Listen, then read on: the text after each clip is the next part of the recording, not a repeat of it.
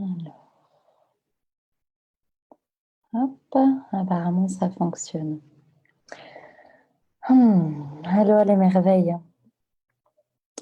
Je souhaite prendre la parole en live ce soir. Je pense qu'il est peut-être un peu tard pour vous, mais peu importe si vous me voyez au réveil ou à un autre moment en différé, ça n'aura pas d'importance. Il y a quelque chose qui bouillonne en fait dans mes tripes en ce moment depuis déjà un moment là. Et je sens que c'est vraiment important d'en parler. Si je pouvais intituler ce live, je l'appellerais remettre le monde à l'envers, à l'endroit. Qu'on se permette vraiment par la sincérité du cœur et ce qui semble juste avec le cœur, avec le bon sens, à faire un gros basculement sur certaines choses, sur certaines choses qui sont devenues normales, qui sont devenues la norme, qui sont par moments acceptées avec des pressions de peur énormes. Et je sens là que voilà, mon âme, mon être a vachement envie de s'exprimer sur le sujet. J'aimerais aborder dans ce live vraiment l'énergie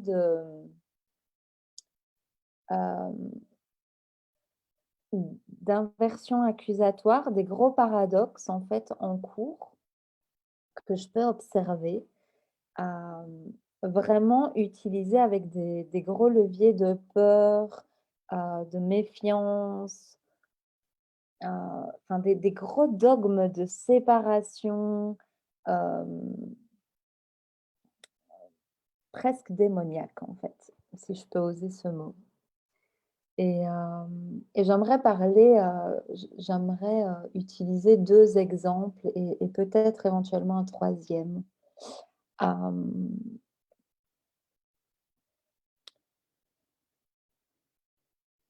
j'aimerais,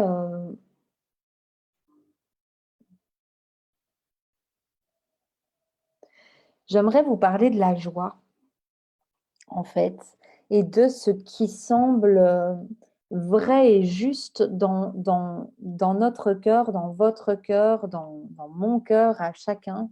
Il est 14h14 pour moi, petit clin d'œil cosmique.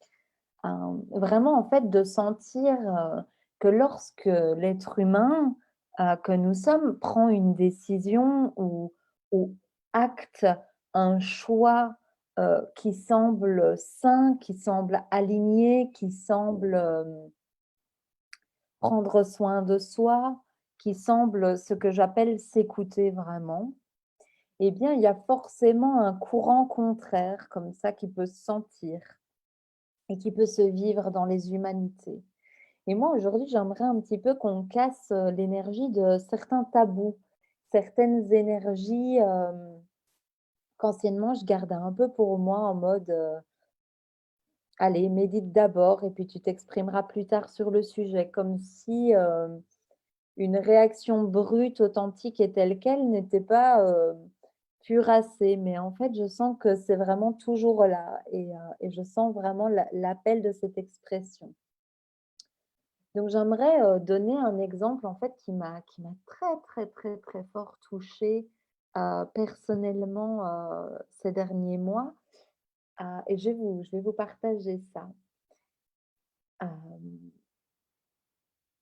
Par exemple, il y a quelques jours, j'ai le plaisir d'avoir un appel avec une amie qui est vraiment chère à mon cœur, chez qui on a diagnostiqué une maladie, enfin un cancer il y a pas longtemps. Et hem Et en fait, j'ai vraiment senti et je la remercie de tout mon cœur d'être venue souligner, chez moi ce que j'ai envie de partager du coup aujourd'hui.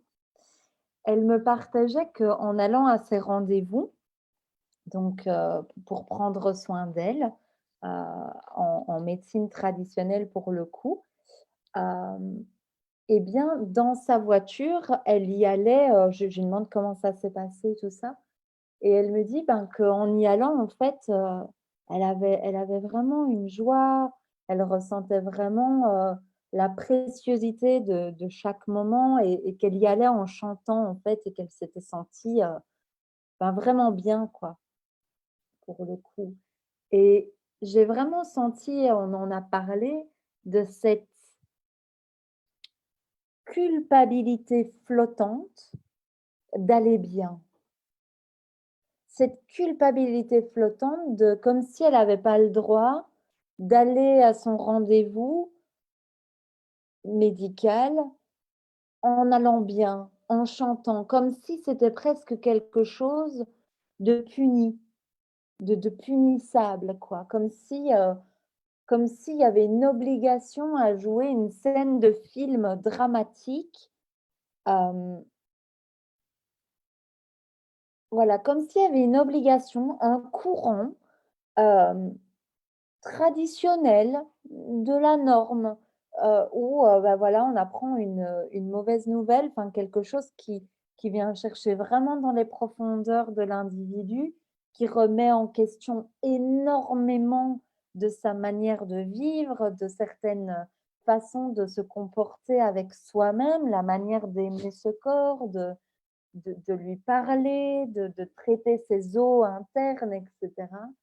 Et juste de sentir que le cliché de base, c'est tirer la tête dramatique, comme aller à un enterrement avant même d'être mort et d'avoir toutes ces obligations, en fait, commises d'office, quoi. Et hem et je la remercie vraiment parce qu'en fait, elle m'a vraiment permis de sentir qu'il y avait un gros message là-dessous qui est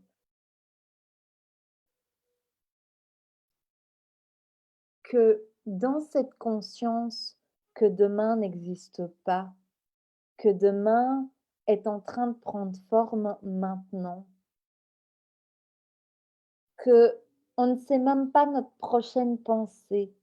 Si je te demande quelle est ta prochaine pensée, personne sur cette terre ne sait répondre à cette question. Tout comme on ne trouve pas les pensées dans la tête. Donc il y a un aspect, on pourrait dire scientifique, qui ne se répond pas, qui ne se trouve pas dans la sphère physique. Et donc, quand on se souvient un peu plus largement de notre véritable nature, qui ne en fait, quand je vais oser ces mots, quand on arrête de nier ce que nous sommes vraiment, c'est-à-dire incluant tous nos corps, incluant ce que nous sommes de manière beaucoup plus intégrale et encore, quand je parle de ça, il y a forcément même des plans dont je ne me souviens pas aujourd'hui qui peuvent totalement exister. Et donc, quand on se souvient de ça, eh bien, aller à son rendez-vous, que ce soit médical, son entretien d'embauche, son 1er rencard, peu importe, mais d'y aller avec l'obligation de rabaisser son taux vibratoire pour une crainte d'un futur, ben, c'est presque du suicide, en fait. Parce que notre taux vibratoire aujourd'hui et ce qu'on entretient, ce qu'on macère, ce qu'on cocoone dans notre corps va forcément être un super bon soutien, un super bon support et un super choix d'actualisation d'un monde et d'une réalité plutôt qu'une autre. Et donc, d'avoir juste ce droit d'aller bien, d'oser regarder en soi, en fait, dans sa petite vie individuelle à chacun, à quel point on ne se donnait pas le droit d'aller bien. Quand la tête vient avec des raisons, d'obligations et moi je vois vraiment les coups de les coups de règle et tout quoi, l'ancienne école à fond, super dur, super sévère, du genre, enfin, faites ouais, je sais plus les proverbes, mais, après l'effort, le réconfort, enfin ce truc de pas maintenant en fait et du coup, enfermant l'âme dans un cri incessant, dans un cercle vicieux de toujours plus tard, en fait, le bonheur. Toujours plus tard, le droit de respirer en tranquillité, sachant que ce souffle primordial est cette technologie qui crée les mondes, qui donne naissance à des lignes de temps plutôt que d'autres, à des synchronicités magistrales, magnifiques, merveilleuses, dont je témoigne depuis des années maintenant. Et vraiment de se permettre cet alignement, en fait, qui en plus permettent d'être présent, d'être vivant, d'être disponible aux prochaines étapes. Peu importe la justesse de l'étape qui sera sentie par chacun.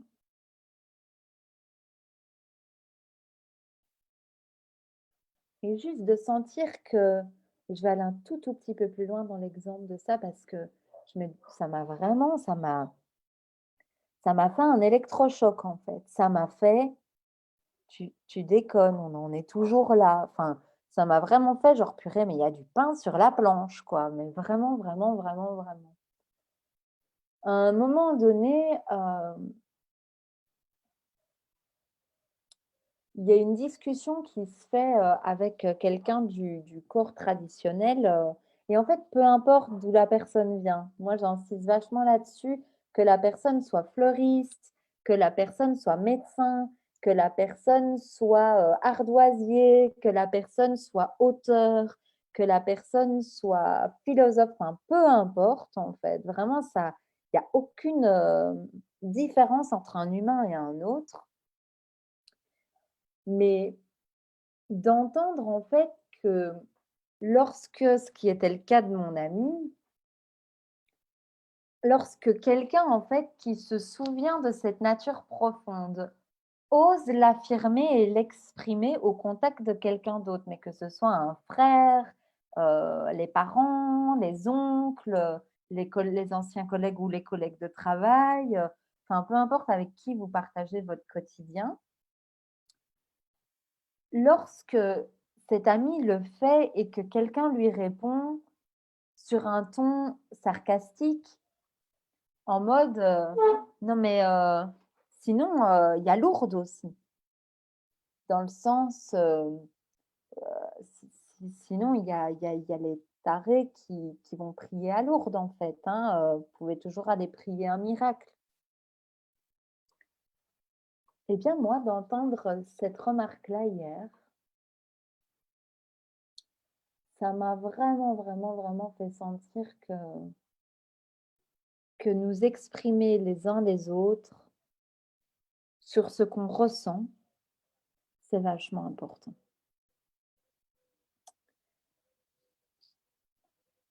Moi, je ne vous demande pas de croire ce que je crois. Je vous demande d'assumer ce qui semble vraiment juste et connecté dans votre cœur. Et moi, d'entendre que pour certaines personnes, aller prier à Lourdes ou se connecter à certains mondes qui ne sont pas visibles pour demander soutien et intervention, ce que certains appellent un miracle, qui, selon moi, un miracle, soit dit en passant, n'est rien d'autre que l'effet secondaire de notre choix d'être la vibration que nous sommes, parce que lorsqu'on est une vibration, on marche dans un monde qui est reflété et teinté de cette vibration. Donc lorsqu'on choisit la vibration que l'on est, on marche dans un monde où des synchronicités et des choses qui peuvent paraître ouf, miracles, magnifiques, dingues, incroyables, et cetera, inconcevables, c'est la norme. Moi, j'ai beaucoup d'amis avec qui on rigole en disant: «Le truc de dingue, ce serait que ça ne soit pas le cas». Parce que quand on ose en fait cette traversée courageuse, d'aller se rencontrer et d'arrêter de céder son pouvoir non-stop à l'extérieur, eh bien, on se rend compte que ça ne peut que nous arriver. Et et moi, je vois bien dans les personnes que j'ai déjà accompagnées, Il y a vraiment c'est vraiment proportionnel à combien on ose se jeter. Moi, je parle de plongeon. Eh bien, quand on est, en parachute, en face, enfin, sur notre hélico et qu'il faut aller vivre le saut en parachute, bah, oui, il y a les 5 minutes de la tête qui flippe, qui se fait pipi dessus, qui croit que ça va être la fin de la fin. Donc notre deuxième corps, qui est le corps mental, qui n'est pas physique, eh bien, il va se mettre à bombarder des pensées qui font flipper, en fait. Donc, et qui est pas une réalité pour autant puisque, ben, il y a énormément de personnes qui adorent le saut en parachute et qui vont faire des témoignages, incroyables et magnifiques. Donc, enfin voilà, juste de replacer un peu les choses dans leur contexte, de se dire: «Mais est-ce que vraiment on a encore envie de vivre dans un monde où la prière à Lourdes, on est des maboules ou des gens qui ont fumé ou des trucs comme ça?» Alors que moi, ce qui me fait le plus rire, et vraiment j'ai envie de le dire, moi ce qui me fait le plus rire, c'est les gens qui fument et qui me disent: «Non mais tu as fumé». Moi, j'ai dans ma vie, j'ai eu des connaissances que dans mon parcours, dans mon adolescence, je sais que c'est des personnes qui ont pris des drogues, des trucs dans leur vie. Alors, je n'ai rien contre leur choix, ils sont libres, ils font ce qu'ils veulent. Mais par contre, qui lorsque moi, je me suis souvenue, heu, juste par la méditation et des choses comme ça et le calme des retrouvailles avec moi-même, d'aller au bord de la rivière, de prendre des moments où je me suis retirée, d'aller au lieu d'aller en boîte de nuit comme je faisais avant ou quoi, enfin juste de me retrouver avec moi-même pour me réentendre, eh bien ces personnes-là me pointaient du doigt en mode, «Non mais Manon, Uma, hein, elle a fumé la moquette». Ben, oui OK, mais en fait pas OK, quoi. Dans le sens, à ce moment-là, j'avais pas assez confiance peut-être pour replacer les choses dans leur contexte, que j'appelle vraiment ce monde à l'envers, là, par cette vidéo, je tiens à remettre à l'endroit et et juste de vraiment, mais de un laisser la liberté à chacun de prendre les décisions qu'il ressent justes, d'arrêter de vouloir, l'un ou l'autre. Enfin, je veux dire, moi, j'ai jamais exclu, la médecine, par exemple. Je veux dire, c'est pas du tout la question. La question, c'est de pas exclure ce qui ne se voit pas.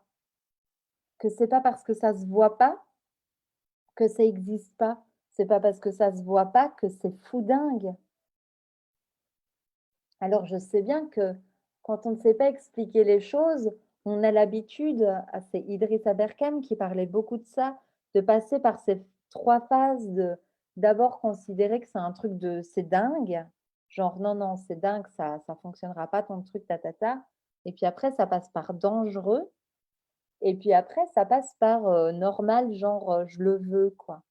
Un peu, il prenait cette idée de la première personne qui était venue avec l'idée des 2 pompes, une gauche et une droite. Avant, on avait des chaussures qui étaient, uniques et que, bah, au début, c'était genre, «Non mais hein?» et puis après, c'était: «Non mais c'est dangereux, là là là» et puis en fait, après, bah, là, aujourd'hui, tout le monde a des paires de pompes, avec une droite et une gauche et quand on regarde dans l'humanité, dans les civilisations et tout, bah, ça a toujours passé par là, en fait. Et moi, je vois bien, c'est un peu l'histoire de ma vie. Je suis toujours arrivée avec des idées et puis, en fait, un peu comme être toujours 5 ans en avance sur mon temps. Quand j'étais plus jeune, c'était: «Oh, qu'est-ce que tu es mature» et cetera et puis après, c'était: «Oui, arrête avec, tes cosmétiques qui portent pas, toutes ces toxines et tout ça», c'était genre n'importe quoi et puis, en fait, aujourd'hui, ben, toutes les personnes qui me disaient à l'époque, n'importe quoi, da da da, aujourd'hui, entre guillemets, elles sont il y a beaucoup de mes anciennes amies et d'amis d'époque et cetera qui aujourd'hui, ben, ne font que parler de ça et on est 5 ans après et c'est magnifique qu'elles le fassent. Mais donc en fait, à chaque fois, c'est comme ça. C'est qu'à chaque fois, il faut un moment avant que ça soit OK et OK accepté du collectif. Sauf qu'en fait, cette acceptation collective aujourd'hui, elle passe par nous. Elle passe par chacun de nous de prendre responsabilité pour notre expression. Pour le I don't need you to agree with me to stand in what I know. J'ai vraiment pas besoin de ta validation pour incarner et être en paix avec ce qui fonctionne pour moi. Parce que le truc, c'est que comme le déo sans truc à la con dedans à l'époque, je t'oblige pas à t'en mettre. Aujourd'hui, je n'oblige pas quelqu'un à se mettre à arrêter son déodorant Nivea ou des trucs comme ça, en fait. Mais par contre, je me donne la liberté et le droit qui est mien, que cosmiquement, universellement parlant, j'ai ce droit d'expression, de dire ce qui fonctionne pour moi et ce qui me fait joie. Et donc d'avoir ce droit d'aller bien, d'avoir ce droit de ah ben aujourd'hui j'étais en joie en allant à mon rendez-vous. J'ai ce droit-là. Et, et à écouter l'ancien monde, il faudrait presque qu'on se mette à chialer et à aller pas bien en fait. Et ça pour moi c'est pas ok. Donc ça c'est c'est le premier exemple que je voulais parler. Et je remercie vraiment cette conversation que j'ai eue qui a vraiment allumé beaucoup de choses. Après, il y a une deuxième conversation avec une autre âme qui m'est vraiment chère aussi,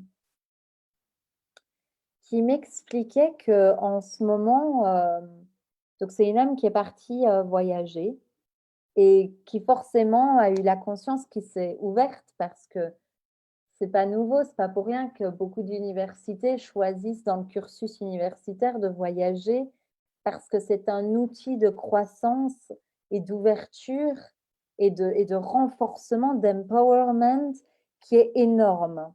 Voyager pour apprendre à se connaître et à développer ce muscle d'autonomie et de force d'esprit, c'est magique. Aller rencontrer ses peurs, aller faire face à soi-même, aller découvrir en fait toutes les ressources dont nous disposons et puis surtout toutes les ressources d'amour de cette terre, se rendre compte à quel point la terre est belle, à quel point l'humain est beau et voyager aide à se reconnecter à ça. Et après, on peut aller n'importe où sur la terre, même revenir dans son village, et on la voit, cet amour-là, on s'en souvient, c'est juste une petite lampe qui clinque. Et donc, quand elle revient de son voyage, ben, il y a ses proches qui se mettent à lui dire en fait qu'ils ont peur et qu'elle a rejoint une secte, etc. Et moi, en fait, quand j'entends ça, ça me reconnecte vachement à l'époque, quand ça s'est passé chez moi, ce cling, cette petite lampe qui s'est allumée. Et je me souviens en fait d'une amie d'enfance, d'adolescence, avec qui je sortais beaucoup en boîte, avec qui on se mettait la tête à l'envers et voilà, le lundi matin, on se disait promis, plus jamais. Et puis le jeudi soir, on n'avait qu'une hâte, c'était que ça recommence. Et on allait mal, on était mal dans notre peau, ça n'allait pas. Et, et je me rappelle de cette amie qui m'avait dit, mais t'as rejoint une secte? Non, mais... Et elle avait osé me le dire, donc j'avais eu vraiment beaucoup de gratitude qu'il y avait suffisamment d'amour, en fait, pour qu'elle me confie son inquiétude. Mais en fait, ce qui se passait à l'époque, c'était juste que je commençais à ne plus céder ma joie dans ces vortex de j'ai envie de dire, de vodka, de techno, de tous ces trucs-là qui auraient été normaux. Alors là, il n'y a personne qui s'inquiète. Et vous savez, ce fameux truc de la semaine est tellement horrible et dégueulasse et invivable à l'intérieur de mon cœur que vivement le week-end. Mais dans ce cas-là, on n'est pas dans une secte, quoi. Tout va bien. Et donc, si je dis ça, c'est parce qu'en fait, en entendant cette conversation là récemment, il y a eu vraiment ce truc de. Donc, en fait, on est tous dans une secte, mais le truc, c'est que on est tous aux quatre coins du monde et pas du tout dans les mêmes réalités, mais apparemment, on est tous arrivés à trouver une secte quelque part. Est-ce que ça serait pas le bonheur, en fait? Vraiment? Est-ce que ça serait pas le bonheur? Parce que, bah, on peut venir dans nos réalités à chacun. Je veux dire, en l'occurrence, pour la personne en question, ça m'a fait sourire parce que je vois où elle est allée dans le monde, je vois les personnes qu'elle a rencontrées.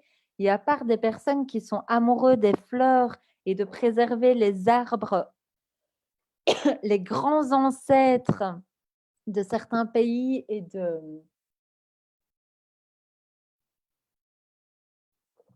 préserver, de dédier leur temps à préserver cette belle nature, ben, je me suis juste marrée à fond à l'idée qu'on puisse lui dire qu'elle a rejoint une secte, quoi. Et donc là, voilà, je voulais vraiment souligner cette énergie de... En fait, c'est pas vraiment OK de se laisser accuser. Si ça vous arrive à vous et que vous n'êtes pas dans une secte et que vous n'allez pas du lundi au vendredi rejoindre des gens qui vous disent pensez comme moi, faites ceci, faites cela, et que quand ça vibre pas juste dans votre cœur, qu'on vous demande de le faire quand même, et que et que, enfin, en fait, voilà. Eh bien, si vous n'êtes pas là-dedans et qu'on vous traite de ça, en fait, c'est pas OK. C'est pas OK parce que au-dedans de cette accusation inversée, il y a une énergie qui est en train de se débattre tellement c'est la fin d'un monde. C'est qu'il y a tellement d'humains sur la Terre qui sont plus d'accord aujourd'hui de céder leur pouvoir au dehors, de céder leur pouvoir à, ben en fait, je vends ma vie et mon sourire du matin parce qu'on m'a dit que la vie, c'était comme ça. Ça, pour moi, c'est une énergie réelle qu'on pourrait mettre en lumière. Mais quand on est simplement heureux et qu'on n'oblige personne à faire comme nous, lorsqu'on est dans une démarche qui honore la liberté et la beauté de l'autre, mais c'est pas OK d'être accusé de l'inverse. C'est pas OK en fait. Et donc évidemment que les manières de survie, ça me fait vraiment penser au truc qui s'agite pour ne pas mourir, mais c'est trop tard en fait. C'est, vous savez, quand les branchies bougent toujours, mais la tête est coupée, mais c'est vrai que ça fait ça, on peut se prendre un coup comme ça. Mais en fait, c'est voilà, c'est pas OK. La vérité, c'est la vérité, c'est des lois universelles. C'est que il y a ce qui est juste, il y a ce qui est vrai et il y a ce qui ne l'est pas. Et ça, c'est indéniable. Soit c'est vrai, soit ça ne l'est pas. Et donc, ce renversement, ce basculement, il ne va pas avoir lieu en dehors de nous, il va avoir lieu avec chacun d'entre nous. Chacun d'entre nous, parce que là, c'est des milliers, voire des millions d'humains qui sont awake, qui sont éveillés, qui se souviennent, mais qui ne se privent plus d'être heureux le lundi matin, qui ne se privent plus de respirer avant de recevoir des diagnostics, des constats, des choses. C'est que il n'y a plus la cessation, le fait de céder le pouvoir à l'extérieur pour avoir une autorisation de pouvoir respirer et d'aller bien. C'est notre droit de naissance, ça. Et donc, Et donc point, stop, stop. Il y a un gros recadrage là, vraiment, vraiment. Parce que si on ose tous stand up, juste verticalement, dans son axe, eh bien, il y a pas le droit. Universellement parlant, c'est pas OK. Il y a pas ce droit-là. Personne n'a le droit d'exercer du pouvoir sur un autre individu.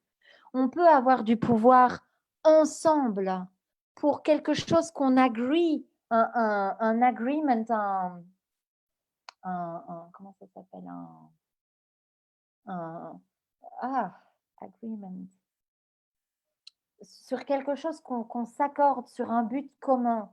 On peut s'allier, on peut œuvrer ensemble sur quelque chose qu'on a décidé individuellement chacun et qu'on reconnaît, ah, dans mon cœur, j'ai la même chose que dans ton cœur. Ok, unissons-nous et œuvrons ensemble. Mais on n'a pas le droit universellement parlant d'obliger quelqu'un qui ne sent pas la justesse dans son cœur de faire ce que l'autre veut, ce que toi tu veux, mais qui ne veut pas. Donc ça, c'est vraiment important. C'est vraiment important. Qu'on se souvienne là des lois cosmiques. Vraiment. Parce que de toute façon, une fois que l'incarnation se termine, c'est-à-dire que une fois qu'on n'est plus dans ce corps, ces lois, elles restent réelles. Ce qui veut dire que de toute façon, c'est pas OK que ce soit dans le corps ou après sans le corps, c'est pas OK. Parce qu'il y a beaucoup plus de choses qui régissent cet univers qu'on accepte de le voir, tout simplement. Donc ça me paraît vraiment super important. C'est OK d'avoir peur, de vouloir prendre soin des autres, mais c'est vraiment important de reconnaître avec humilité: «OK, j'ai peur pour toi parce qu'en fait, le monde dont tu parles, j'y connais rien». Donc évidemment que ce qu'on ne connaît pas, on a peur. Moi, à chaque fois avant d'aller dans une nouvelle destination, comme avant le saut en parachute, la tête va sortir des énormités, en fait. Mais c'est l'ignorance. Donc soyons humbles. C'est OK d'être d'être au début, d'être à l'aube d'une nouveauté. C'est vraiment, ça me fait penser aux pionniers du nouveau monde. Ben, il y a plein de choses qu'on ne connaît pas et on n'est pas obligé d'accuser et de mettre en cage les animaux sauvages parce qu'on ne les connaît pas.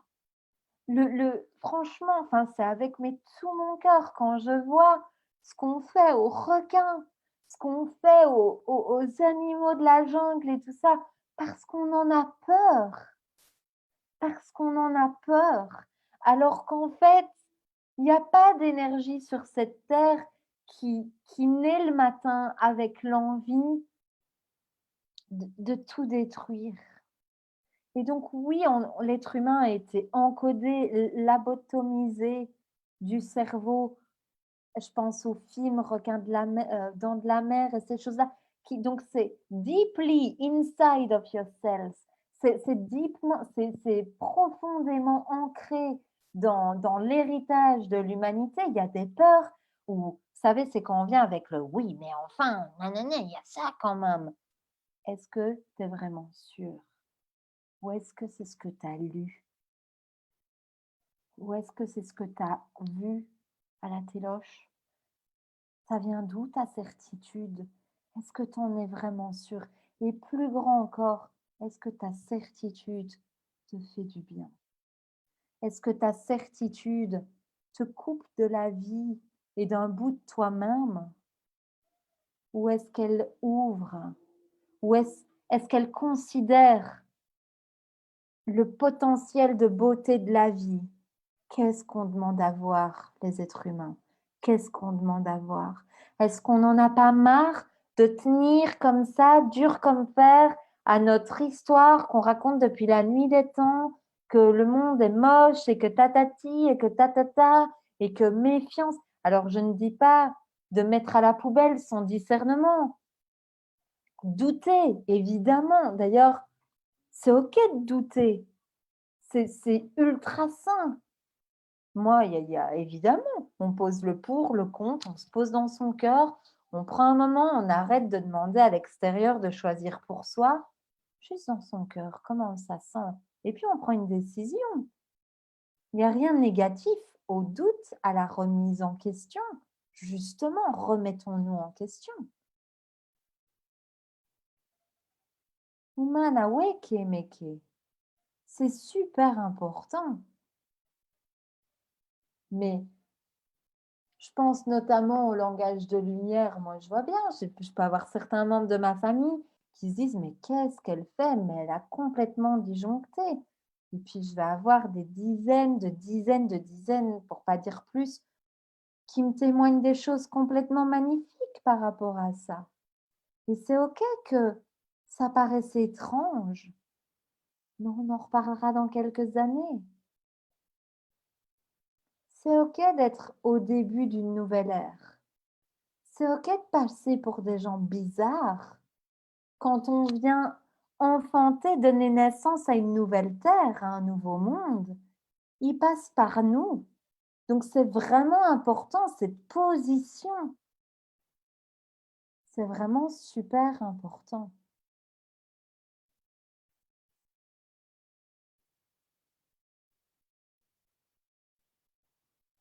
Et je vous remercie, je nous remercie, je remercie chaque âme courageuse qui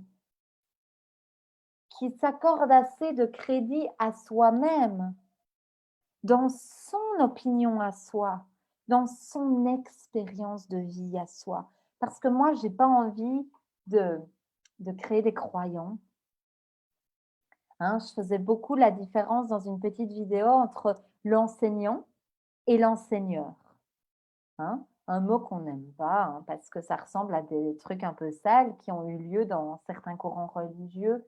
Mais une grande différence entre un enseignant qui vous dit: «Tais-toi, écoute», hein, tais-toi et si tu fais pas comme moi, va au coin. OK? Donc déjà, rien que ça, on situe un peu l'énergie. Et l'enseigneur, celui qui se souvient qu'il a un grand maître en face de lui et qui donne l'espace pour faire naître, pour révéler, pour déployer un gros potentiel, une puissance de lumière là qui éclot comme un magnifique nénuphar, comme un magnifique fleur de lotus. Moi, je nous souhaite à tous de déployer ce potentiel. Mindawayanaya Kame. Voilà, je voulais poser ça.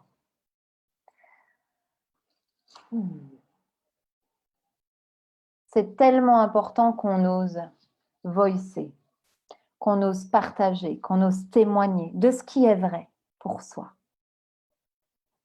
Parce que la bascule est en train d'avoir lieu. Vraiment, vraiment. Et ça compte aujourd'hui. C'est essentiel. Imaginez la Terre, les êtres humains, les êtres vivants, tous les règnes, l'impact que ça a lorsque l'humain ne décide plus d'agir, de poser les actes, depuis des climats de peur et depuis la décision de confier sa puissance à l'extérieur. Imaginez.